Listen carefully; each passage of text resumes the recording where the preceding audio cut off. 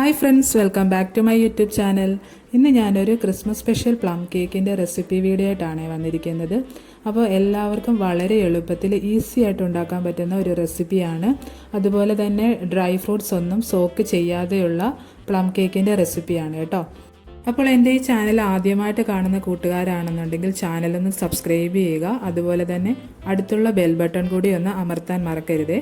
അപ്പോൾ ഇതിന് വേണ്ടിയിട്ടുള്ള ബ്ലാക്ക് റൈസിൻസൊക്കെ നമുക്കൊന്ന് വാഷ് ചെയ്ത് ടിഷ്യൂ പേപ്പർ ഉപയോഗിച്ച് അതിൻ്റെ വെള്ളമൊക്കെ ഒന്ന് മാറ്റിയെടുക്കാം.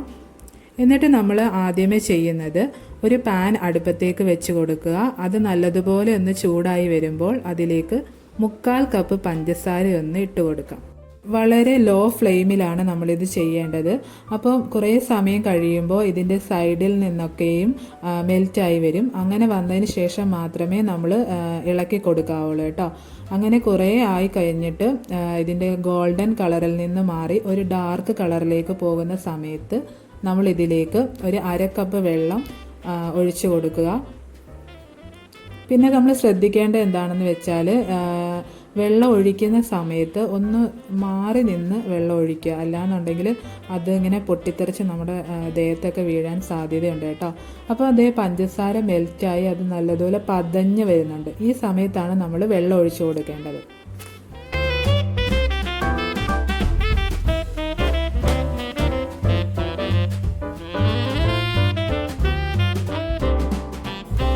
വെള്ളം ഒഴിച്ചു കൊടുത്തതിന് ശേഷം കുറച്ച് സമയം കൂടി ഒന്ന് ഇളക്കിയതിന് ശേഷം നമുക്കിത് അടുപ്പത്ത് നിന്ന് മാറ്റി വയ്ക്കാം.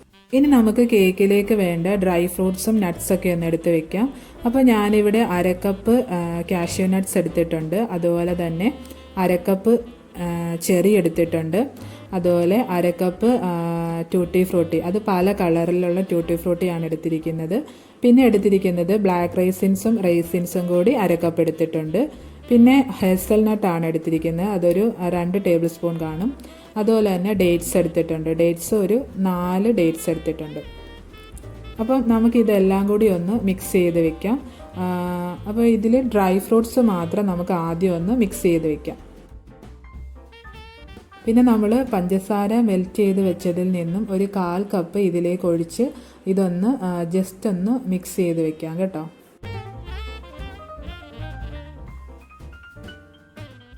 ഇനി നമുക്ക് കേക്കിലേക്ക് വേണ്ട ഡ്രൈ ഇൻഗ്രീഡിയൻസ് ഒക്കെ ഒന്ന് അരിച്ചെടുക്കാം. ഞാനിവിടെ 1/2 കപ്പ് മൈദയാണ് എടുത്തിരിക്കുന്നത്.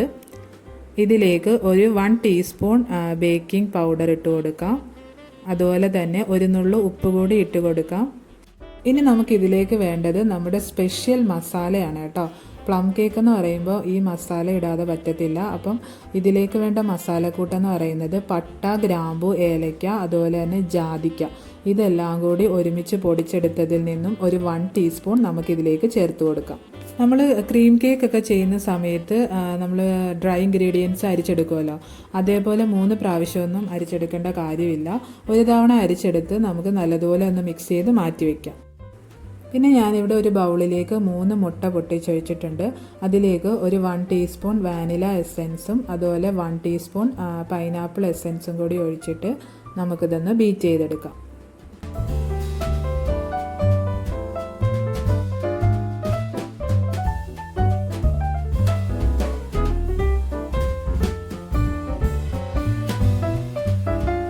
ഇനി നമുക്കിതിലേക്ക് 1/2 കപ്പ് പഞ്ചസാര പൊടിച്ചതുകൂടി ചേർത്ത് നല്ലതുപോലെ ഒന്ന് ബീറ്റ് ചെയ്തെടുക്കാം. ക്രീം കേക്ക് ചെയ്യുന്ന സമയത്ത് നമ്മൾ മുട്ടയൊക്കെ ബീറ്റ് ചെയ്ത് നല്ല ഫ്ലഫി ആക്കി എടുക്കുമല്ലോ, അതേപോലെ ഒന്നും ചെയ്തെടുക്കേണ്ട കാര്യമില്ല. കുറച്ച് സമയം ഒന്ന് ബീറ്റ് ചെയ്തെടുക്കാം.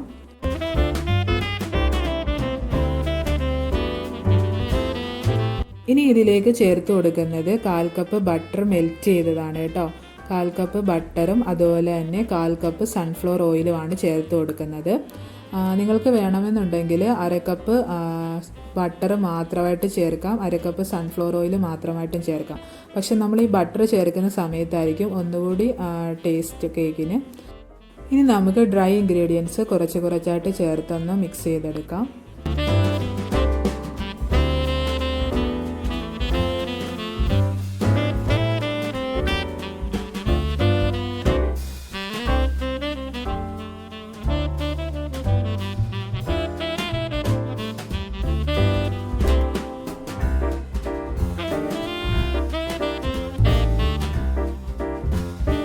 ഇനിയിപ്പോൾ ഞാൻ ചേർത്ത് കൊടുക്കുന്നത് നമ്മൾ ആദ്യമേ ചെയ്ത് വെച്ചിരുന്ന പഞ്ചസാര കരിയിച്ചെടുത്തില്ലേ, അതാണ് ചേർത്ത് കൊടുക്കുന്നത്.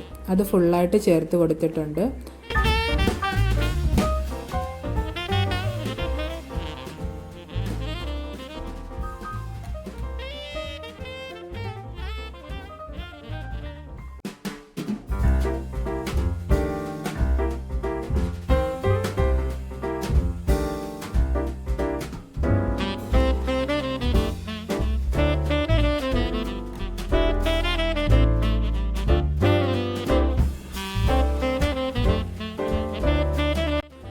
ഇനി നമുക്ക് മിക്സ് ചെയ്ത് വെച്ചിരിക്കുന്ന ഡ്രൈ ഫ്രൂട്ട്സിലേക്ക് കുറച്ച് മൈദ ഒന്ന് ഇട്ട് കൊടുത്തിട്ട് അതൊന്ന് മിക്സ് ചെയ്തെടുക്കാം.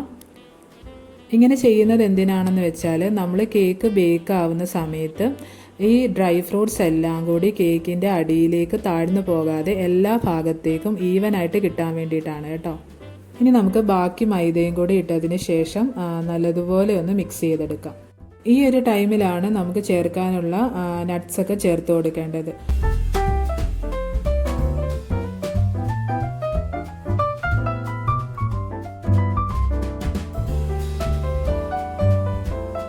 അപ്പോൾ നമ്മുടെ ബാറ്റർ ഇവിടെ റെഡി ആയിട്ടുണ്ട് കേട്ടോ. പിന്നെ ഞാൻ 8 ഇഞ്ചിൻ്റെ പാനിലാണ് കേക്ക് ബേക്ക് ചെയ്തെടുക്കുന്നത്. അപ്പം പാൻ ഒന്ന് ബട്ടർ ഉപയോഗിച്ച് ഗ്രീസ് ചെയ്തതിന് ശേഷം അടിയിലും സൈഡിലുമായിട്ട് ബട്ടർ പേപ്പർ വെക്കുന്നുണ്ട്. ഇനി നമുക്കിതിലേക്ക് ബാറ്റർ ഒഴിച്ച് കൊടുക്കാം.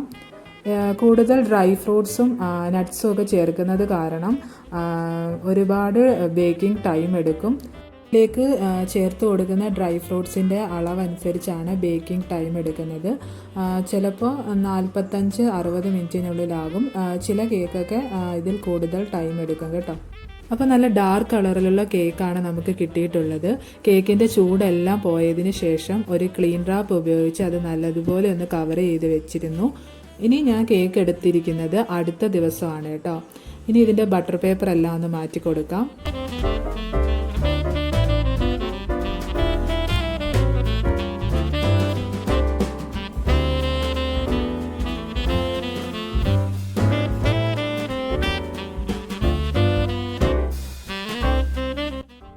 ഇനി നമുക്ക് കേക്ക് ഒന്ന് കട്ട് ചെയ്തെടുക്കാം കേട്ടോ.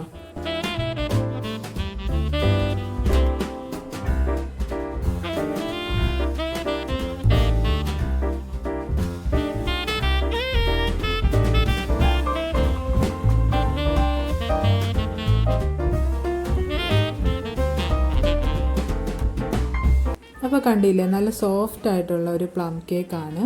എല്ലാവരും തീർച്ചയായും ഇത് ട്രൈ ചെയ്ത് നോക്കണം.